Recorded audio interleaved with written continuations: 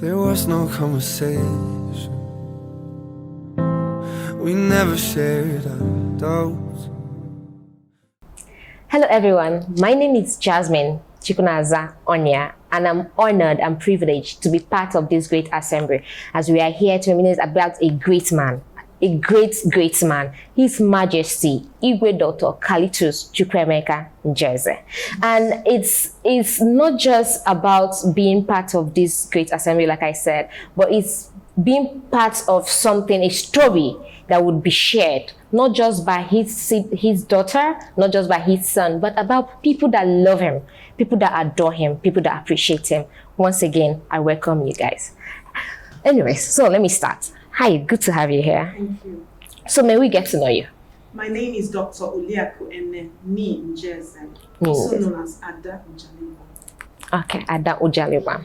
And having said that, she's also the daughter, the only daughter of this great man, His Majesty. And I want to first of all start with about your dad. What's the relationship was like? Was it like a daddy girl kind of relationship? Can you share with us? My relationship with my father, the one word that encapsulates the relationship I share.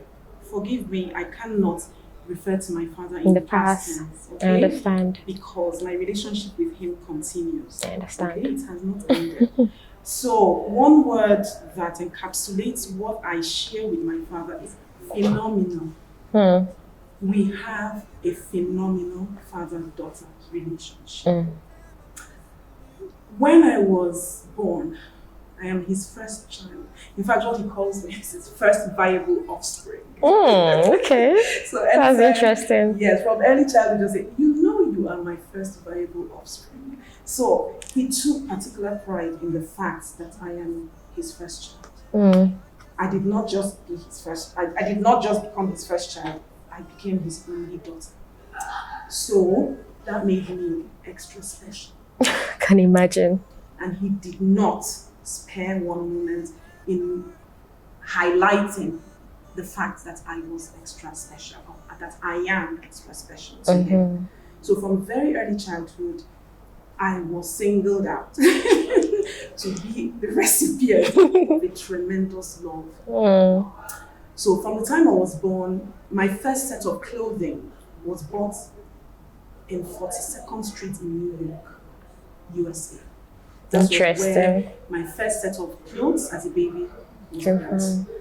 He flew, he was doing PhD in the University of Cambridge, the renowned University of Cambridge, one of the best universities in the world. He was doing his PhD there in land economics, and he flew all the way to New York, USA. He was on a field trip when I was born. So out of excitement, he went shopping.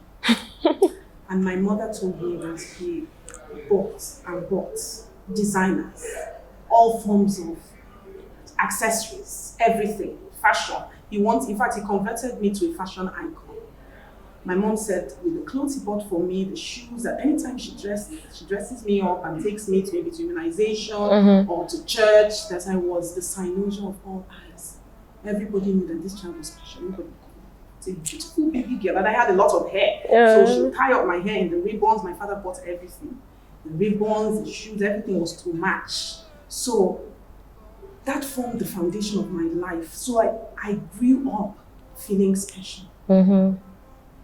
Since early childhood, from the cradle. I knew that I was loved. My self-esteem soared.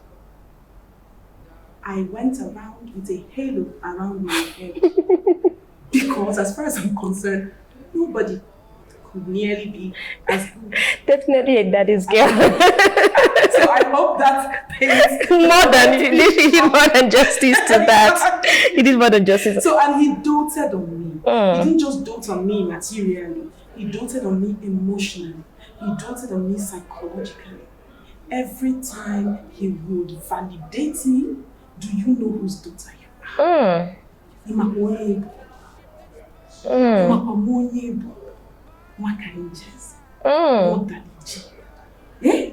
So if there's anything that is achievable, you have it at your disposal.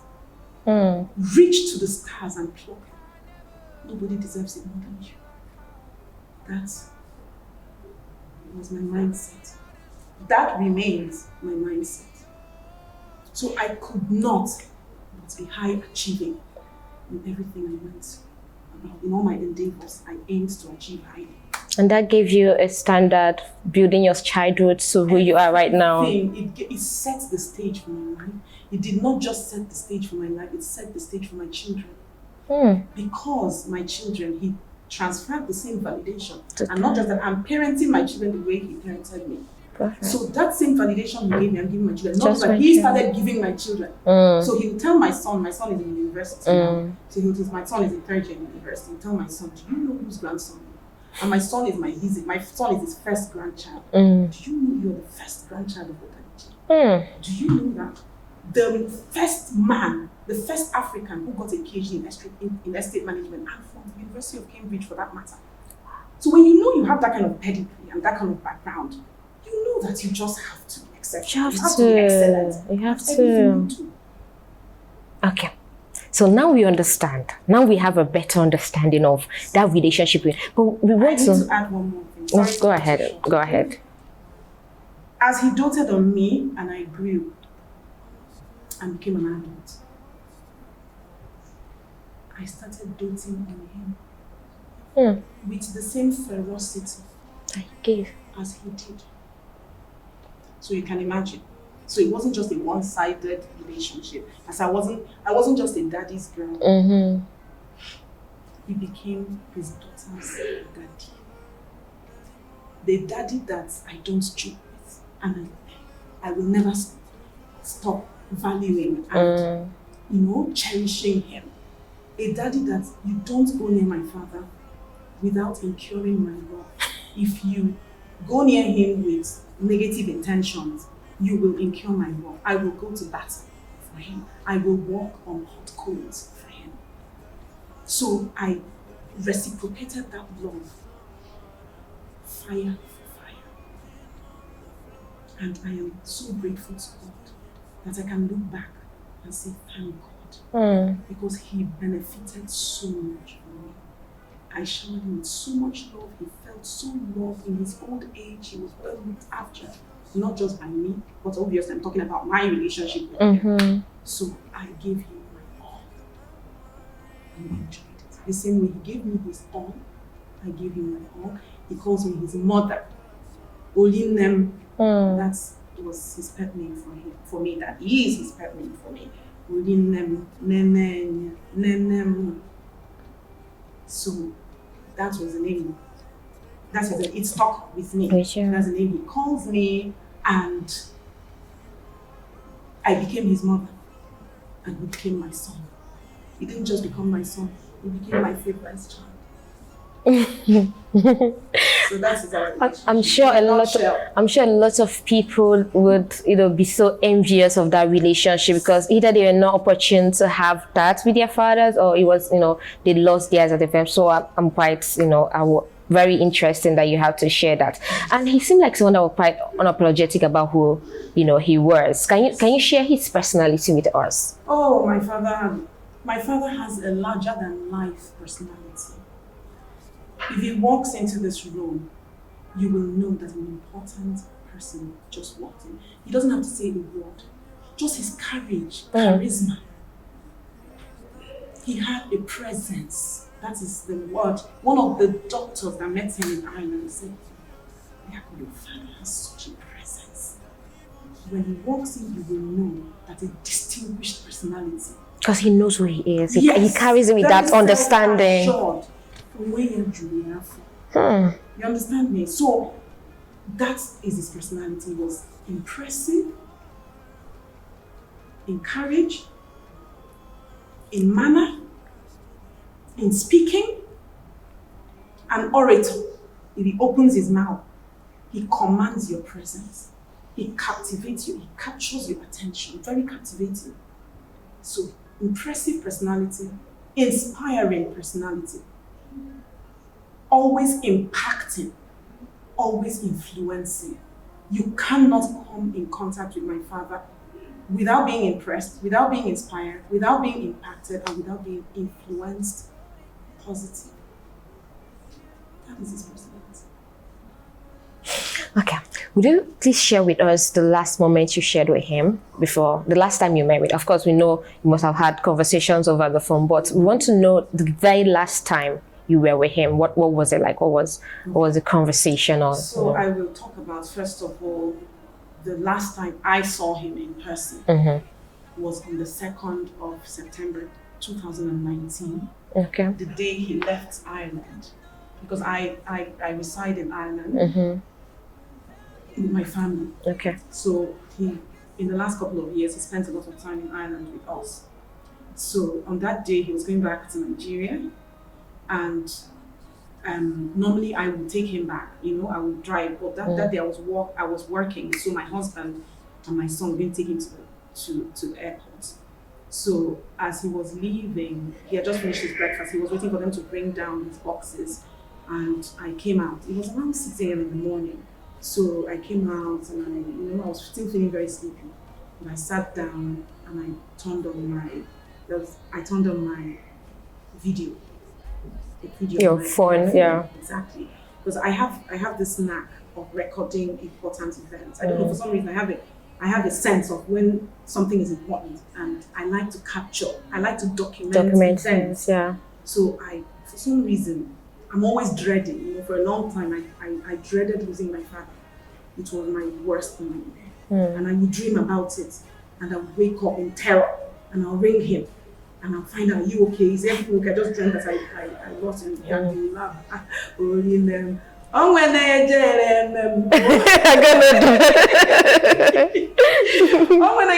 remember. And I'll say that. Okay. Yeah, so that's it. I don't want anything to happen to you. And everything I'm saying, no, don't worry. And I cancel it. Boy, I'll cancel it. Cancel it. Cover him in the precious blood of Jesus Christ and all that. And so on that day, I don't know, obviously, it just occurred to me, what if this is the last time I'm seeing him? What if he doesn't come back? You know, he was meant to come back in June 2020, but unfortunately the lockdown, the COVID-19 lockdown, prevented that from happening because there was just no flights. So I brought out my video. I have that video. I sent it to Chisom. It was one of the videos I sent. So I was asking, he was telling me about my little daughter, Okene, will come and take his phone. He's such a nice girl, blah, blah, blah, and all that.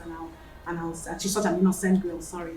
And then I was saying that, can't wait for you to come back. You know, I can't wait for you to come back. And it's like, yes, don't worry, I'll still come back. You know, just a 2-minute video. So, but I captured, that was the last moment I saw him, I captured that. Then in January too, one of the last conversations I had with him was he stayed in my house, he spent Christmas in my house, so he was going back to his palace. So I said, Daddy, I'm worried. Losing you is my greatest fear. And he said, yes, I know. I said, Daddy, I want to keep you in a cage where you'll be safe forever. Because I cannot get to lose you. Take your time. I wanted him to stay in my house in Enugu. But he was adamant about going to the village, about going to his palace. And I told him, I want you to go to Abuja as soon as you can to get your visa renewed so that you can start coming back to Ireland. I'm usually, I usually get worried when he's in Nigeria, actually. So I told him that. And he said, yes, don't worry, I'll do that.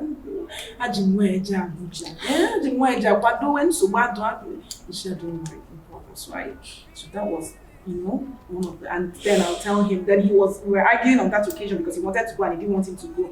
So I told him, Daddy, I'm sure you know that you're my son. She, yes. She, good. So this is your mother's instruction now. It's not just anybody saying yes. You say yes. And I say, no visitors, don't go out because of COVID, and all that, just stay in the one place. Would you do that for me? He said yes. He said, don't worry, I'll do that. So then on the 17th of January, 10 days before he died, I had a live video session on Facebook and was discussing on a very interesting topic. And he tuned in and he watched. And I didn't even know. And after that session, he called me and he was full of praises. And I enjoyed listening to you. You spoke so well and you spoke so much sense in his usual way of validating me. You know, I grew up very self-confident. I'm a self-confident person because of the father I have. You know, he would take me by the hand and say, go, I'm standing right behind you. Nothing is going to happen. Go here. So he called and he absolutely loved my live video session.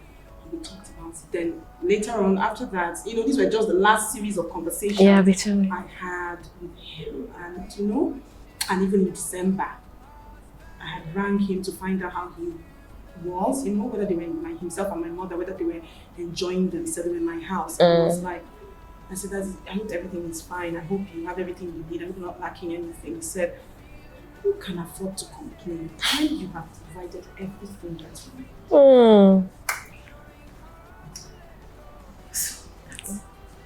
I'm glad you made your dad happy. You made him a proud father. And he also seemed like a community man, someone that relates with culture, tradition, his people, you know. So let's talk a bit about his Igwe ship and you know, how it came about. Were you privileged to some of this information? Can you? Yes, absolutely, because I was against it. Interesting. I remember having a very heated argument with him because I didn't want him to be Igwe. Okay. Why? Because I felt it was going to stress him. I felt it was too much stress. Of course, again, coming to the rescue, your father trying to be there to protect him. Because I am his mom. Yeah, makes sense. So I told him that day, I don't want anything to stress you. In this your old age, I want you to live long.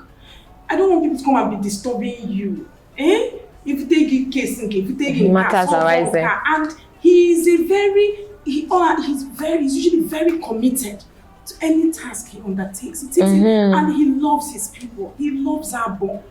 But I would have died for Abor. He would have died for Umuavulu easily. His devotion to Umuavulu, all the phenomenal. So she moved in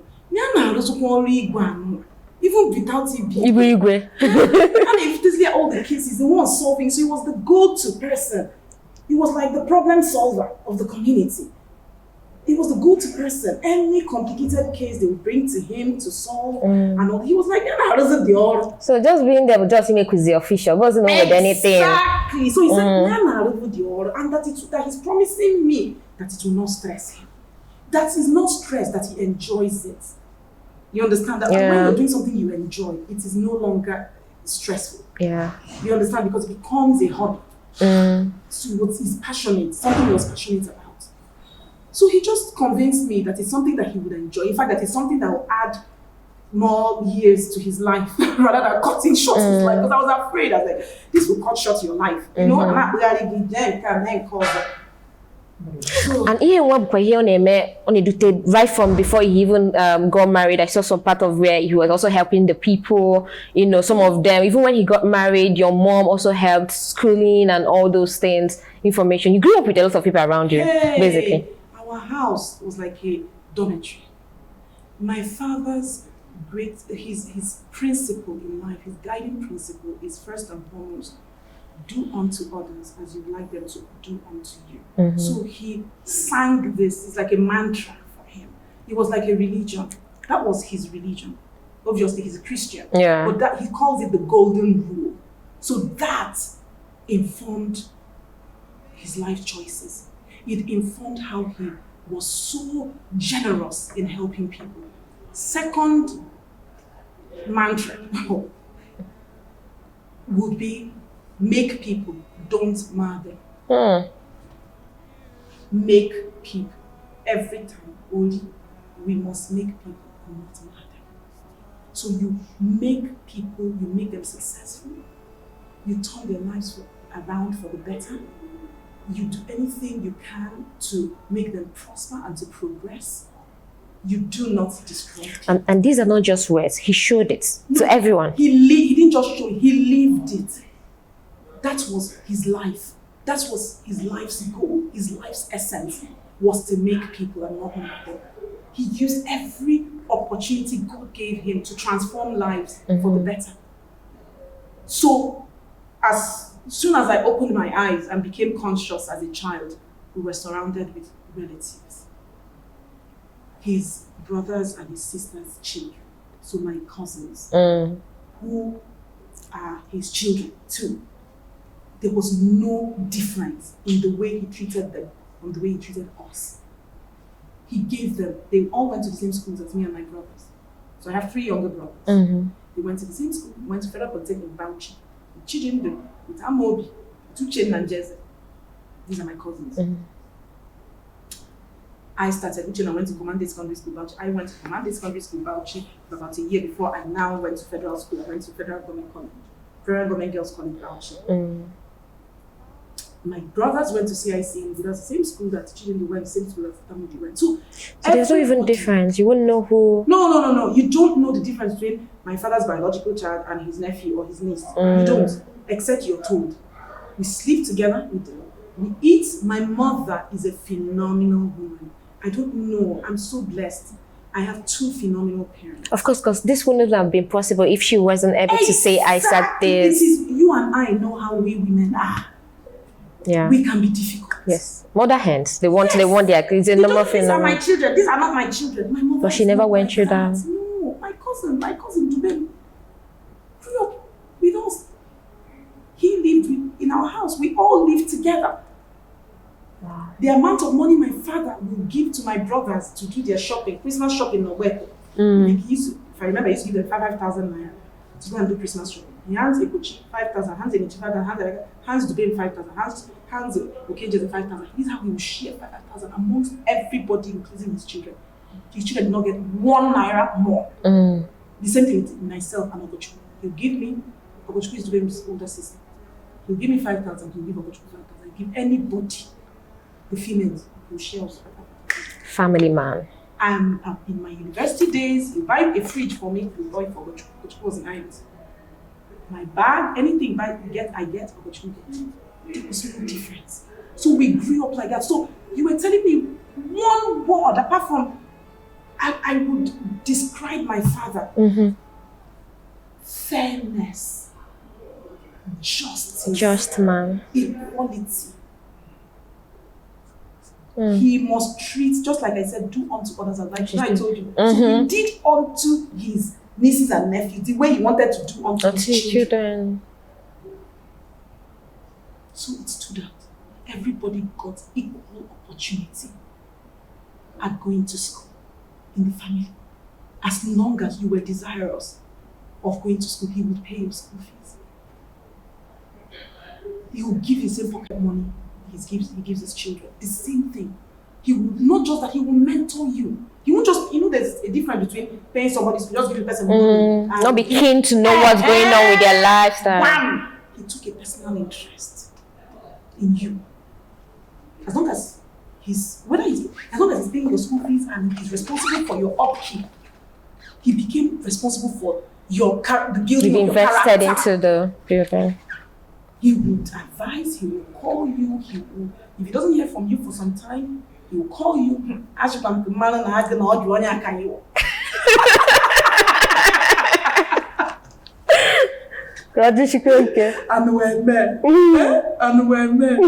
so that is it.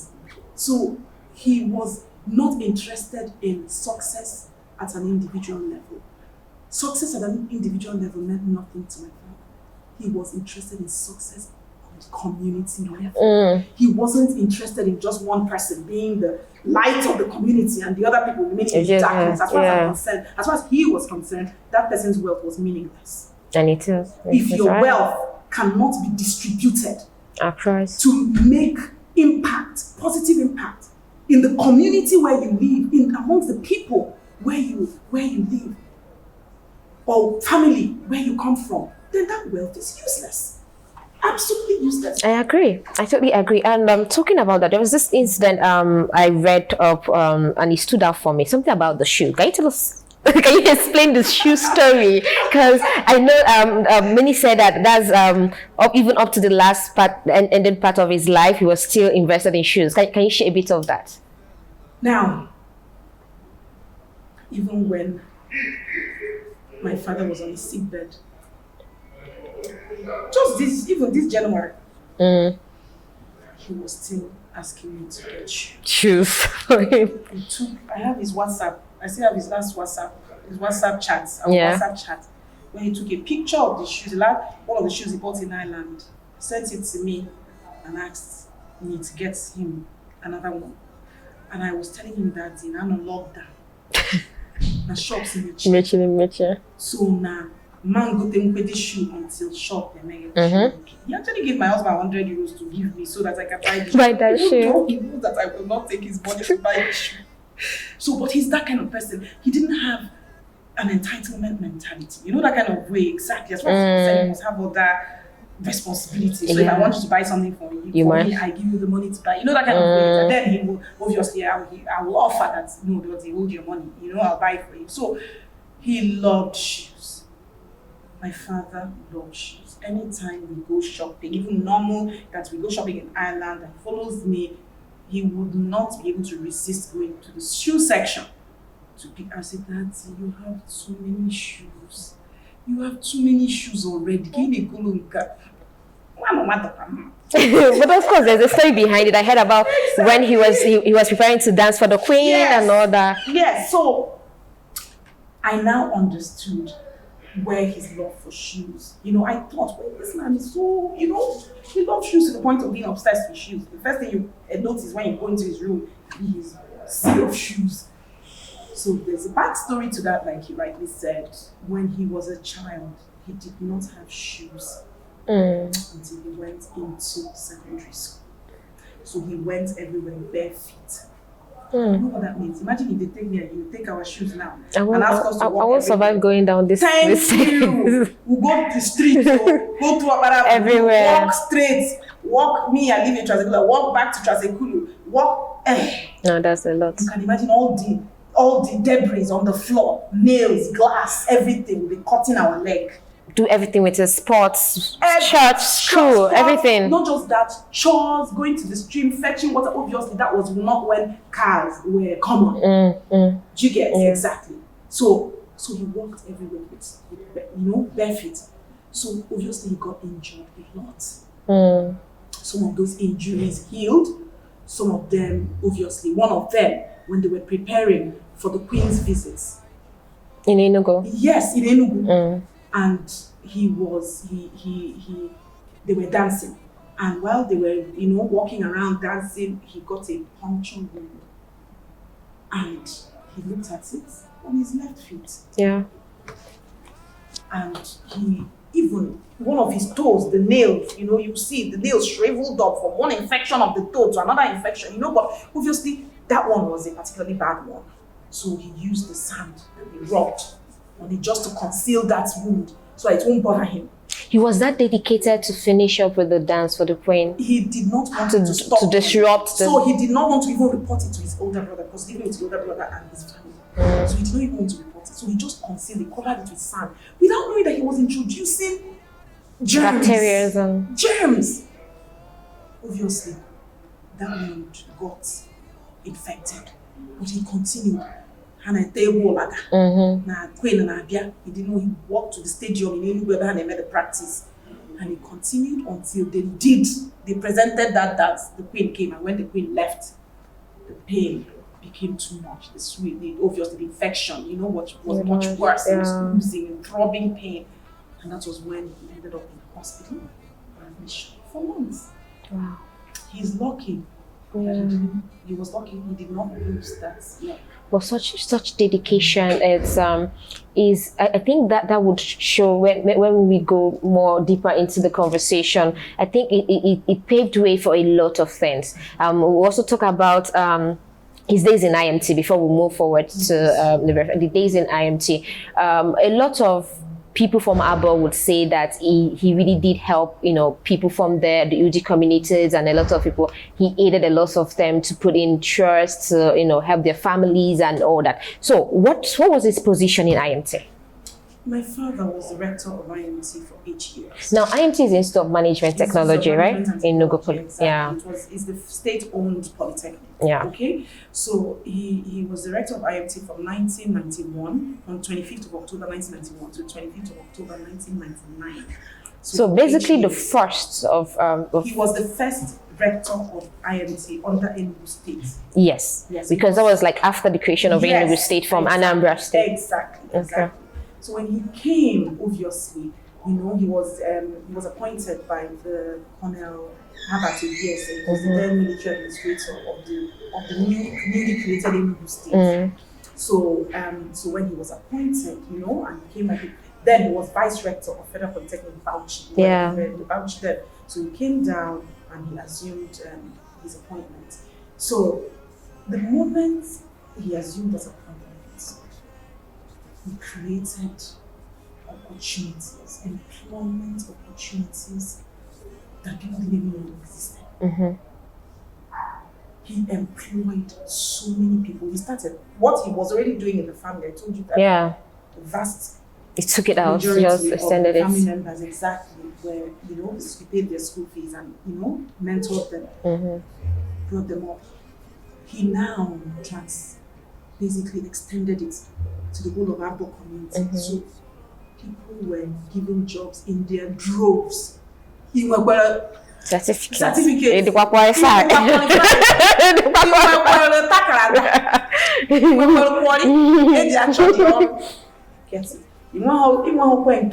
University. Secondary school.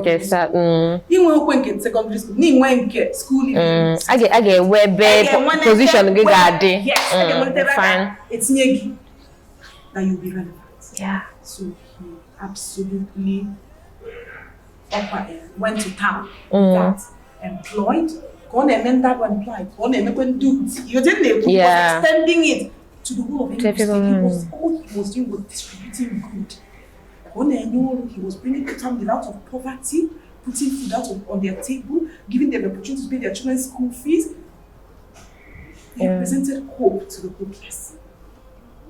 Admission, she's like, admission. Everyone in your is admission. Everywhere flooded. No, he was right when he said he has always been doing this Igwe. His personality. Yes. It was something that was just in line with his personality. He was a natural born leader. And a leader that my father, a trailblazer. In fact, that's the word I was looking for. Trailblazer. He blazed the trail. In anything he participated in any task he undertook, he was exceptional. Trailblazer. Wow, that's interesting. Now, that's him as an educator, that's him as an intellectual person. So let's talk about Captain Chisom Njeze. Now, I'm sure most people would not know that aspect of him. We've talked about him as a family man, as a community man, as an educator, intellect person. Now, let's talk about him as Captain Chisom Njeze. Yes. Tell us about Captain Chisom Njeze. Captain Chisom Njeze, a commonly courageous Biafran soldier who volunteered. Keyword, volunteered. Did not wait to be conscripted. The moment he heard that the Biafran war had broke out, he felt responsible. He felt obligated to volunteer. You can to defend his people. If I hear that war is going on, I will not volunteer. I will not. A lot of people went into hiding for this. Exactly. A lot of people went into hiding. A lot of people left the country. You had a visa. Next available flight. Meanwhile, he was slated to go to California to start his study in engineering. Okay, so it was within the period he was preparing for this. That he was about to go. He said if the war had lasted if he hadn't started even just 1 more month, he would have been in California. So he had every opportunity to say, no, I can't go and risk my life when I have a future that is so... As far as he's concerned, if my country is at war, then I have to be part of it. And I can't be part of it in the shadows. I can't be part of it doing anything else other than fighting in the eye of the storm. You know what? I think I need to apologize to you for asking you to describe him with one word. Yes! Because one word... No. It's not. He's a colossus. Yeah. He's a colossus. He has like a lot. He's a colossus. So he went, volunteered, got into the Biafran and went through all the training. Dedicated to the end. Yes, and deployed to the battlefield. Rose through the ranks very quickly to become a battalion commander of the 70B Battalion. And fought so many battles that he nearly lost his life in a good number of them. But by some stroke of, in fact, divine intervention, he survived. Yeah. That's wow.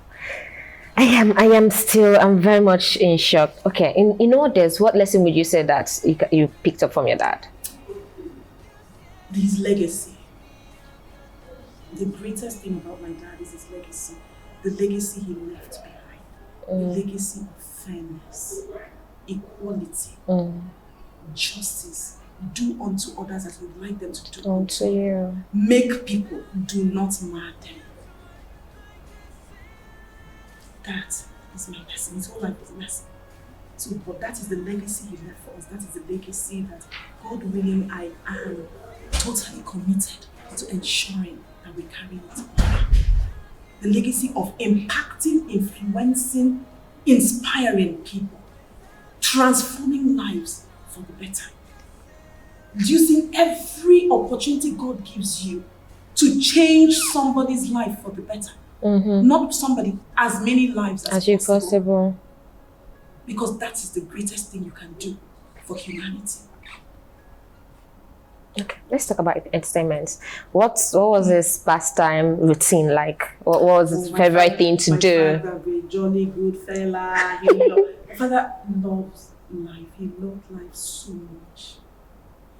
And not just that, he enjoyed life. That's one thing I'm so grateful for. Yeah.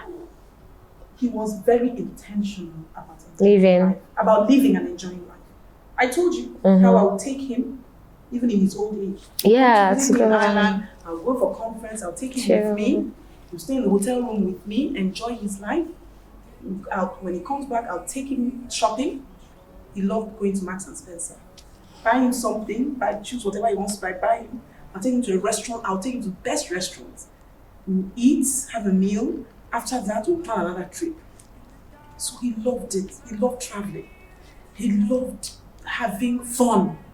He loved dancing, high life. He loved listening to high life. Celestine, one of his favorite, Rex, Lawson, what do they call them again? Osadebe, all those things. He loved life and he enjoyed life. And not just that, he's so blessed, particularly blessed, that he's one of those rare people that they sowed the seed of goodness in so many people's lives, but they also reaped so much blessings and goodness from those people. You see, the family members I told you that he raised and he paid school fees for, they showed him so much love. So much love, contributed so much to his welfare. So he lived to reap. Is evident with the number of people we have here today? I could imagine. What I say is evident with the number of people that came out to, so to be interviewed. If you notice, my family is very passionate about showing him. This passion you see didn't just start now. They were this passionate when he was alive. So it's fantastic. I have a wonderful, wonderful family. Okay. So while we are rounding off for this, if you had to spend one more day with your dad, if you had to say, you get opportunity to have one more moment with your dad, what would you be? What would the scenario be like? I would cry. Just cry. Be with him and cry. I would cry and beg God to please let it not just be the last time. I would never just ask for more. Yes, and obviously I would do what I've always done with him. We would talk and we would laugh, and I would ask him, like I would always ask him, is there anything else you want us to do to make you feel? Is there anything left? But I know that there was nothing left to do. Yeah. Because he made it very Finished clear. this, right? So I don't think I would do anything different. There's nothing that I failed to do. You know what I mean? That Yeah. give me one more moment. Yeah. I will now do this. No regrets. No regrets. Everything was done. Everything was done.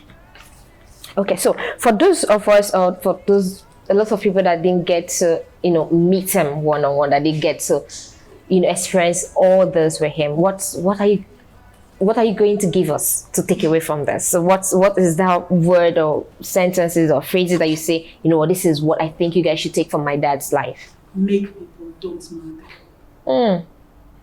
That's a deep one. Okay? Make people. Shun envy. My father doesn't know what envy. He rejoices with people's success. He celebrates them. There was nothing like competition for him. He wanted everybody to be successful.